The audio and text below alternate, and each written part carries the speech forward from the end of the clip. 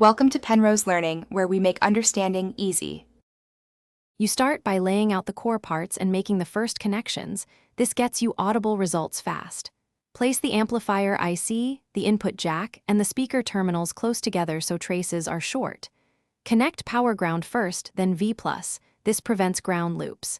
Add a bypass capacitor across V+ and ground right at the IC and mount a heatsink. Once done, feed a low-level input and check for any immediate noise. You want a quiet baseline before tuning.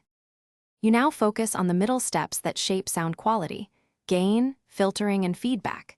Set input gain low enough to avoid clipping, then increase until you get strong, clean output. Add a high-pass filter to remove subsonic rumble and an output coupling capacitor sized for your speaker impedance. Configure the feedback network to control bandwidth and stability. This directly affects distortion and damping.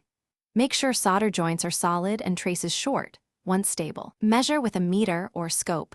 You finish by securing the build and performing final tests to confirm clarity.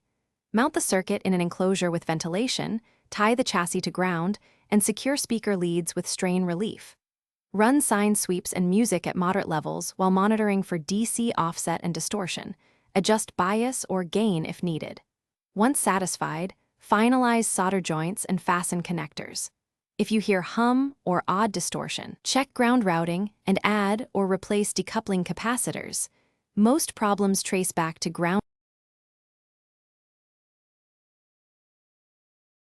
Thanks for watching. If this was helpful, leave a like and consider subscribing. See you next time.